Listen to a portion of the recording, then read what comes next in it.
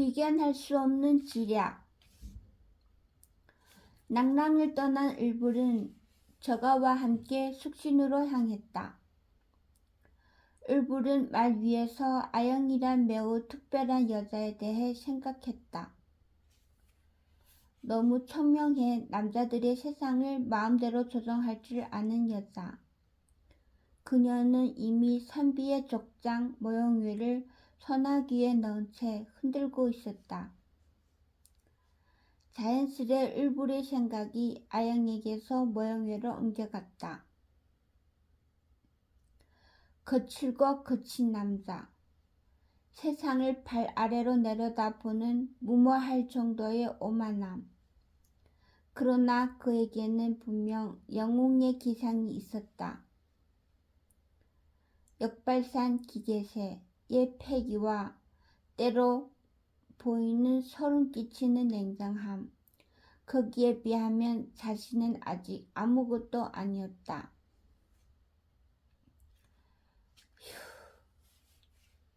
을불이 입가에서 절로 한숨이 새어나왔다.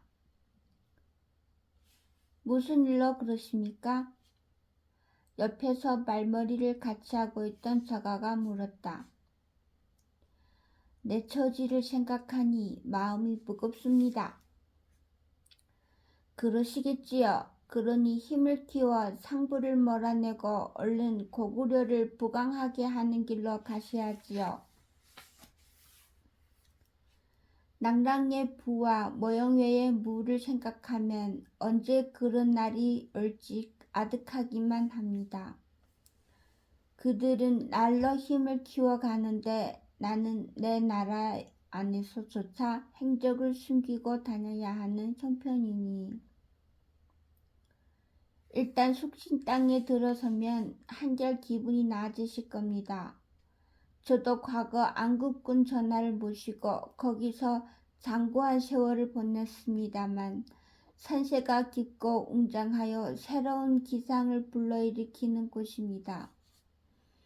거기에서 좀 지내시다 보면 생각지 못한 힘이 생길 것입니다. 저가는 고구려를 떠나기 전 여기저기 널려있던 재산을 처분해 금으로 바꾸어 둘 것을 수하에게 지시했던 터라 몇몇 성을 지나며 수하들은 만나 동행했고 숙신으로 가는 길목에 있는 광령성에서는 기다리고 있던 양우를 비롯한 무사들과 합류했다. 무사히 오신 걸 보니 마음이 놓입니다. 짐은 숙신으로 보내 보관 중입니다. 을불은 고구려 땅에 접어들고 나서 몇 번 검속에 나선 군사들을 만났지만 과거처럼 의심을 받거나 하지는 않았다. 저가를 비롯한 일행의 모습이 여유롭고 힘이 있어 보이는 데다 을불의 모습 또한 범상치 않았기에 군사들의 의심이 미치지 않은 까닭이었다. 그러나 을불 일행이 어느 주막에 들어 막 짐을 풀기 시작했을 때 무장한 사내 10명 남짓과 맞닥뜨렸다. 여느 군사들과는 사뭇 인상이 다른 그들은 막 떠나려던 참이었으나 날카로운 눈길로 을불 일행을 살펴보더니 도로 자리에 퍼질러 앉았다. 먹구름이 끼는 걸 보니 비라도 오려는 모양이야. 여기서 술이나 한 잔 더 하면서 날씨를 보고 떠나는 게 낫겠어. 그들 중 하나가 흰소리를 쳐대는 걸 보던 을불은 낮은 목소리로 저가에게 말했다. 태연하게 행동하는 게 좋겠습니다. 마음에 걸리는 것이라도 있으십니까? 아무래도 저들이 분위기가 심상치 않군요. 그들을 등지고 앉은 을불은 태어난 척 몇 가지 음식을 시켜 일행과 나눠 먹었다. 불안한 눈길로 을불이 어깨너머를 살피던 저가가 낮게 속삭였다. 말씀이 맞는 것 같습니다. 술을 따라만 놓고 아무도 입에 대지를 않습니다. 게다가 무기를 숨기고 있는 듯하니 서둘러 일어난 것이 좋겠습니다. 을불일행은 대충 끼니를 때운 뒤 자리에서 일어섰다. 그리고 얼마 가지 않아 사내들이 뒤를 따르는 기척을 느끼고는 저가가 을불에게 말했다. 아무래도 우리를 쫓는 것 같습니다. 게다가 일반 병사들과는 분위기가 다른 것이 도성에서 특별히 보낸 자들인 것 같습니다. 을불은 잠시 무언가를 골똘히 생각하더니 저가에게 물었다. 여기서 수심땅까지 얼마나 됩니까? 아직 상당히 먼 거리입니다. 그러면 도망칠 수만은 없는 노릇이군요. 양우가 끼어들었다. 입을 막는 것이 어떻겠습니까? 저들은 12에 불과하니 잡을 수 있을 겁니다. 아니, 내게 생각이 있습니다. 을불은 몸을 돌려 뒤편의 사내들에게로 다가갔다. 도련한 을불이 행동에 놀란 것은 비단 저가와 일행만이 아니었다. 사내들 또한 예기치 못한 을불이 근접에 적잖이 당황하는 듯했다. 그런 와중에 을불이 큰소리로 인사를 건넸다. 저는 다루라 합니다. 보아하니 상당한 무예가 들인 듯 싶어 실례를 무릅쓰고 이렇게 인사를 여쭙습니다. 무슨 일이요? 저희는 숙신이로 가는 길입니다. 그런데 산세가 험하고 일행 중에는 무예가 깊은 자들이 없어 혹시 변을 당할까 걱정됩니다. 숙신이로 가는 길 같은데 동행해 주시면 어떨까요? 사례는 충분히 하겠습니다. 그러자 사내들은 서로 눈짓을 교환하더니 그중 하나가 실망스러운 기색으로 입을 열었다. 우린 급히 평양성으로 가야 하오. 아쉽게 되었군요. 아무래도 험한 자들을 만날까 불안한데 을불은 진심으로 아쉽다는 듯 표정으로 대답하고는 일어나 길을 떠나는 그들을 지켜보다 일행에게로 돌아왔다. 저가는 속으로 적잖이 놀랐다. 손에 피 한 방울 묻히지 않고 적을 따돌리는 을불의 기지가 놀라웠다. 정녕 왕손님의 기지에 또 한 번 놀랐습니다. 그러나 을불의 표정은 밝지 않았다. 이걸로 다 끝난 것 같지 않군요. 왜 그렇게 생각하십니까? 저들을 따돌린 것 아닙니까? 을불은 고개를 젓다. 하나같이 만만치 않아 보이는 저들의 모습이나 평양성 운운하는 걸 보아 저들은 틀림없이 산부의 특명을 받은 자들입니다. 이곳 변경에 저런 자들이 하나도 아니고 12이나 출몰했다는 사실을 가볍게 생각해서는 안 될 것입니다. 그럼 저들이 되돌아올까요? 단장은 순간적 기지에 넘어갔지만 역시 의심을 완전히 거두지는 않을 것입니다. 저들만이라면 큰 문제는 아니겠지만 어쩌면 이 부근이 검산도해일지도 모릅니다. 저가의 표정이 어두워졌다. 그렇다면 여기 직찰대장 해추라는 자가 와 있을지도 모릅니다. 그자의 무예가 고강하다는 소문이 있는데 아까 그들이 직찰대라면 아마 틀림없이 그럴 것입니다. 직찰대라. 중얼거리며 무언가를 곰곰이 생각하던 을불이 급히 말에 올라타면서 외쳤다. 저가공께서는 가던 길을 계속 가십시오. 제게 생각이 있습니다. 을불은 저가와 일행을 남겨둔 채 말을 돌려 사내들을 쫓아갔다.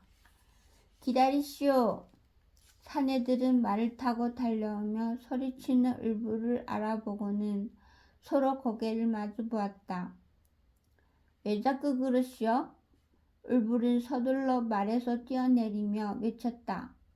사실은 여러분이 나란 일 하는 사람임을 알아보았습니다. 그래서 아까 말을 걸었던 것입니다. 뭐라? 아까 저와 함께 있던 자들은 역적의 도당입니다. 특히 선두에 있던 자는 저가라는 역적인데 우연히 들은 바로는 그들 중 정체를 숨긴 왕족이 있는 듯합니다. 그 자들은 역모를 꿈꾸는 게 틀림없습니다. 하여 도움을 청했던 것인데 알아듣지 못하시기에 이렇게 도망쳐 나왔습니다. 저가라는 소리에 사내들은 대경실색했다. 혹시 그 왕족의 이름을 들었느냐? 을불이라 합니다. 을불이라는 말에 사내들은 앞뒤 돌아볼 겨를도 없이 칼을 빼들고 말에 올랐다. 을불이 그들을 급히 말렸다. 저들을 얕보아서는 안 됩니다. 대부분이 무예에 능하다 하더이다. 막무가내로 말에 박차를 가하려던 사내들이 멈칫했다. 그중 우두머리로 보이는 자가 말했다. 이자의 말이 맞다. 우선 대장께 여쭈어야 하겠다. 그동안 너희들은 멀찍이 서 그들을 따르며 감시하라. 울불이 짐작대로 수상한 자들이 이들만이 아니었다. 우두머리는 말을 타고 울불과 함께 급히 달렸다. 과연 멀지 않은 곳에 30여 명의 사내들이 무기를 든 채 모여 있었다. 우두머리는 그중 귀걸이 크고 얼굴이 험상궂은 남자 앞으로 달려가 말에서 뛰어내렸다. 그가 바로 해추였다. 찾았습니다. 울불을 찾았습니다. 정말이냐? 이 자가 고변한 자입니다. 확실하냐? 해추가 울불을 노려보며 물었다. 예, 확실합니다. 울불이 말에 해추가 우두머리를 바라보며 크게 허통을 쳤다. 당장 잡아오지 않고 어찌 너만 온 것이냐? 이자의 말이 울불 일행이 무예가 상당한 수준이라기에 섣불리 행동하지 않았습니다. 수하들이 감시하는 중인데 멀리 가지는 못했을 것입니다. 잘했다. 자칫 잘못 손댔다. 도주라도 시켰으면 큰일 날 뻔했다. 해추는 울불이 안내에 따라 30여 명의 사내들과 더불어 저가 일행을 쫓기 시작했다. 사내들은 하나같이 무예가 높고 기마술에 능하여 머지않아 그들을 따라잡을 수 있었다. 멀찍이 저가 일행의 모습이 보이자 해추는 순식간에 말을 몰아 앞으로 달려나가며 소리쳤다. 멈춰라! 저가 일행은 말을 타고 나타난 사내들을 보자 기겁을 했다. 처음 그들은 울불이 사로잡힌 줄 알았지만 이내 사내들을 뒤따르고 있는 울불의 모습을 보고는 뭔가 알 수 없는 일이 벌어지고 있다고 생각했다. 하지만 해추에 달려드는 기세가 워낙 사나운지라 깊이 생각할 여유가 없었다. 저가의 무사들은 숨겨둔 병장기들을 빼들고 저가를 보호하는 대형으로 섰다. 맨 앞에 서 있던 양호가 한 걸음 앞으로 나서며 해추를 맞상대했다. 이놈들이 역적이 틀림없구나. 창을 꼬나든 채 말에서 내린 해추의 얼굴에 만족스러운 미소가 피어올랐다. 어떤 놈이 얼굴이냐? 아무도 대답을 하지 않자 해추의 눈길이 일행 중 젊은이들의 얼굴을 휙 훑고 지나갔다. 흐흐, 내 놈이로구나. 개중 얼굴이 해맑은 젊은이의 그의 시선이 멎더니 입에서 음산한 웃음이 새어나왔다. 그럼 내 놈은 저가렸다? 다시 해추는 저가에게 눈길을 돌리며 외쳤다.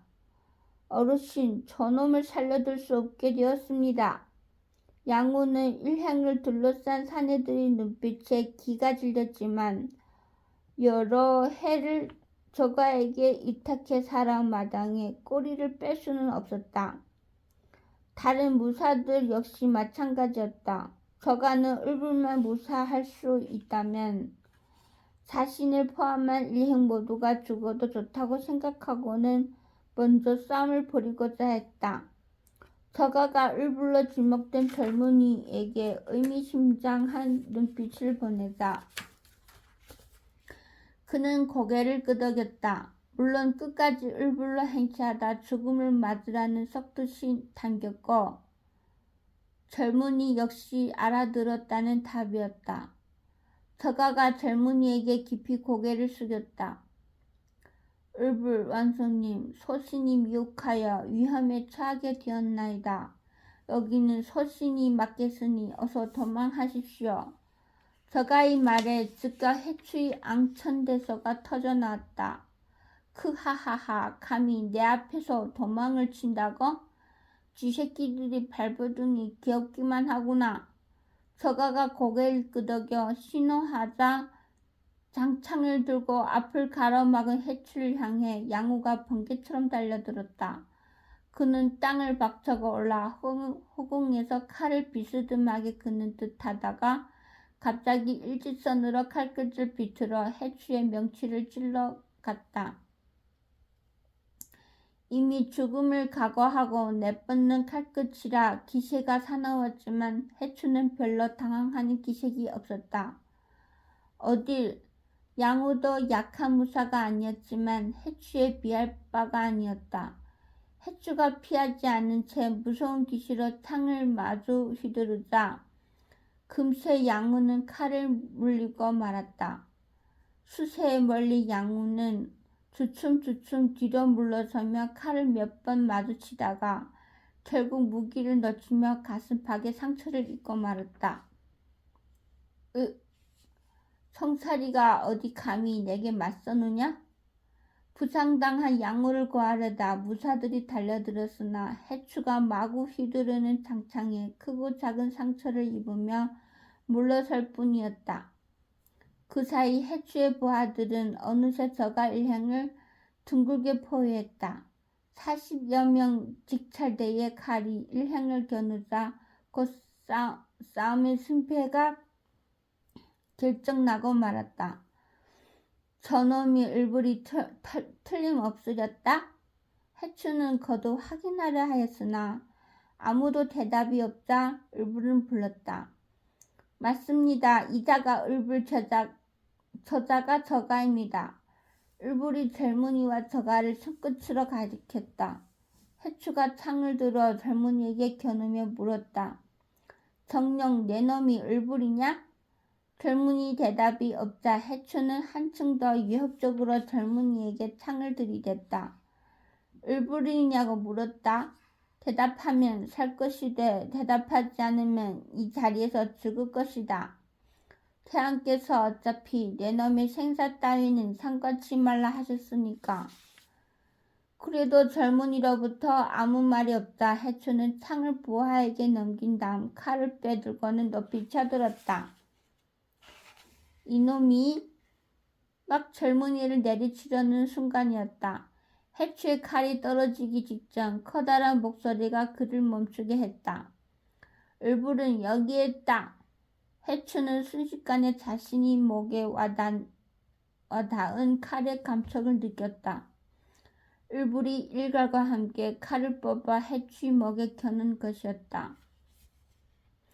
모두 무기를 내려놓고 끌어라. 그렇지 않으면 이자를 죽이겠다.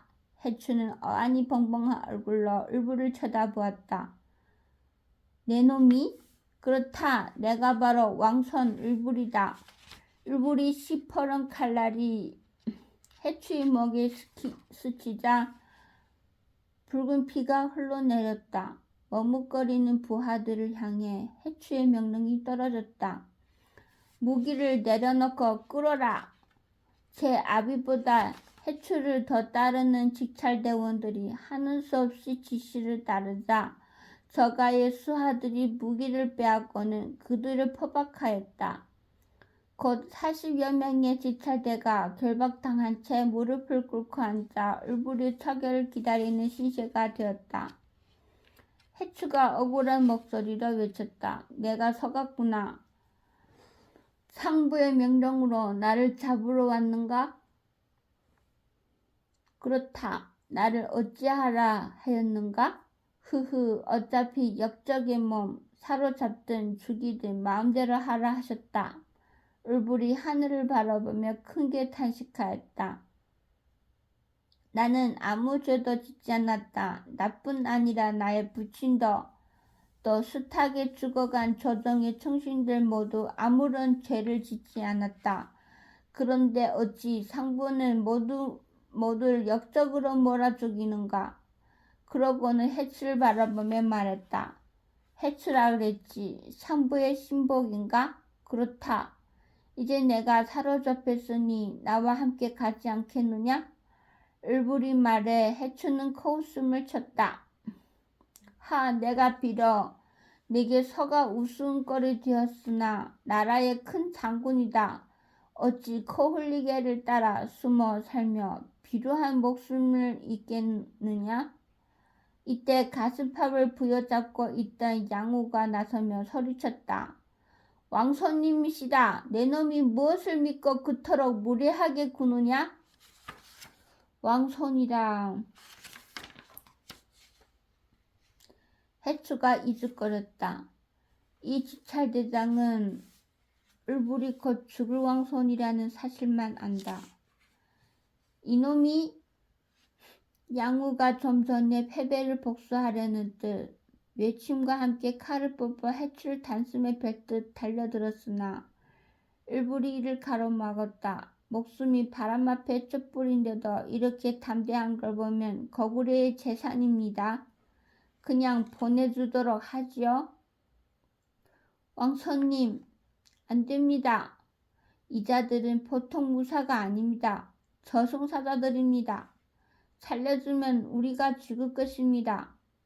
울부리는 손을 내저 무사들에게 제지한 후 해추를 보며 말했다. 너는 나를 다시 쫓을 것이냐? 두 말 하면 잔소리다.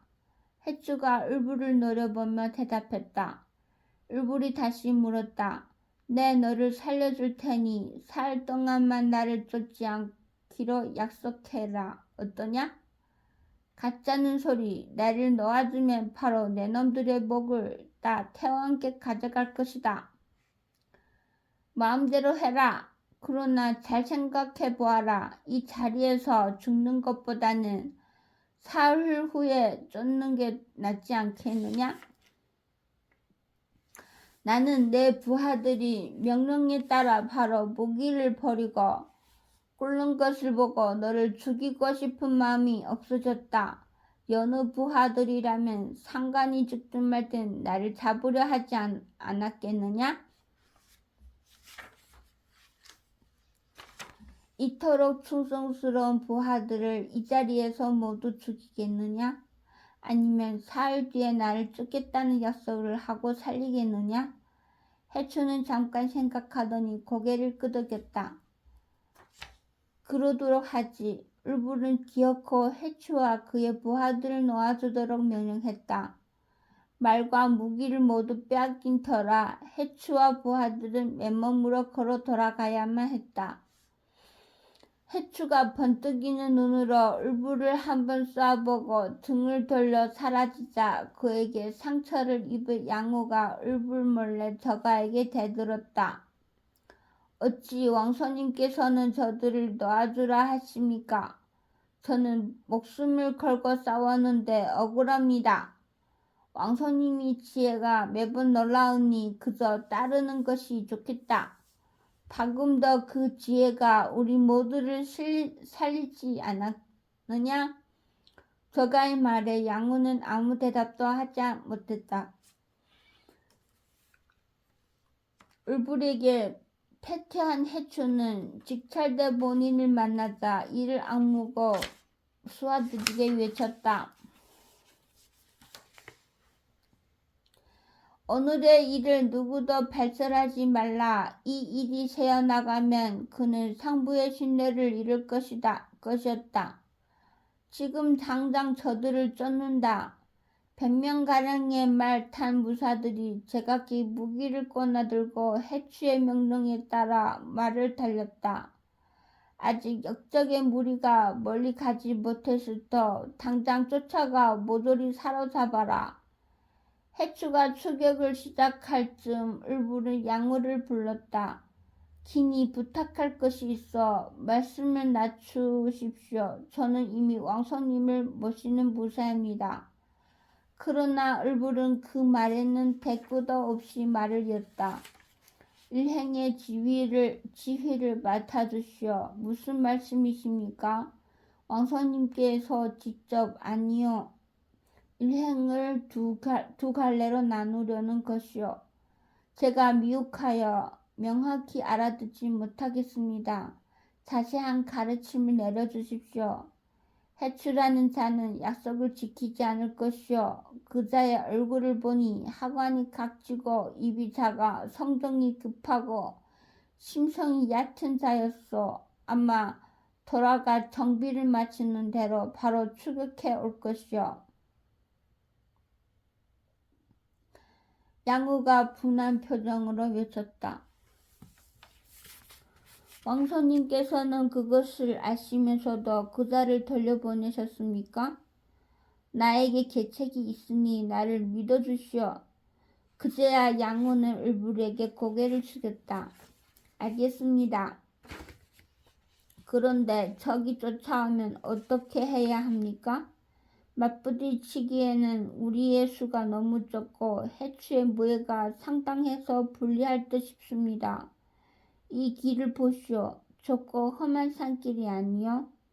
비록 저들이 강한 자들이라 해도 산속으로 깊이 들어가면 행동에 제약을 받을 수밖에 없소. 게다가 저들은 우리를 뒤따라야 하기에 우리가 이끄는 대로 이끌리게 되어 있어. 나는 일당백의 장소로 저들을 이끌 것이요. 칼을 뽑을 수도 없고 날아오르는 화살에 몸을 피할 수도 없는 것으로 말이요. 저들은 조급한 데다 자신들의 모형을 믿기 때문에 아무 겁 없이 우리를 따를 것이요. 나는 결정적 장소에서 결정적 순간에 저들을 기습할 거요. 알겠어? 이 싸움은 약저열이 강병일백을 이기는 싸움이요. 양우는 을불의 지혜에 깊이 감탄하였음에도 입술을 깨물며 말했다. 제가 왕손님을 도와 싸우지 않고 뒤에 쳐져 나머지 일행을 이끌도록 하는 것은 부상을 당할 까닭입니다. 저는 아직 누구보다도 용감히 싸울 수 있습니다. 아니요. 아까 해추가 들이쳤을 때 적에 유일하게 나서서 그와 맞선 것이 바로 양우 형이었어. 이 계책의 성패는 나머지 일행이 얼마나 태연하게 걸을 수 있느냐에 달렸어. 그러니 양우 형이 지휘를 맡아달라는 거요. 그제야 양우는 고개를 숙이며 을불에게 외쳤다.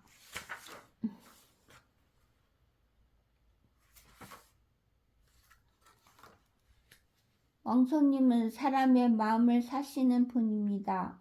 어찌 이 한 몸을 아끼겠습니까? 곧 을불이 일행 중에서 몸이 날랜 자들을 골라 검은 옷을 입히고 활을 나누어 주니 그 숫자가 10명이었다. 대부분이 저가의 집에서 머물던 무사들이었다. 저가공께서 키워낸 무사들이 이토록 믿음직스러울 수가 없습니다. 을불은 저가에게 치하를 한 후 이들을 이끌고 산속으로 숨어들기 시작했다. 워낙 걸음이 날려고 체력이 좋은 이들이라 산속에서도 쉴 새 없이 주위를 살피며 좋은 지형을 탐색했다. 그 중에서도 가장 몸이 날랜 을불이 여기저기 뛰어다니며 지세를 살폈다. 그런 을불을 멀리서 보는 저가의 입가에 흡족한 미소가 피어올랐다. 대대로 가장 뛰어난 장수였던 고구려의 태왕이 산부에 이르러 맥이 끊겼거늘 왕손님이 저리 더 영명하시니 정녕 하늘의 도움이로다. 장군, 길이 좁아집니다. 산길로 접어들자 직찰대원 하나가 해추에게 보고했다. 그러나 해추는 들은 척도 하지 않고 미친 듯이 걸음을 옮길 뿐이었다.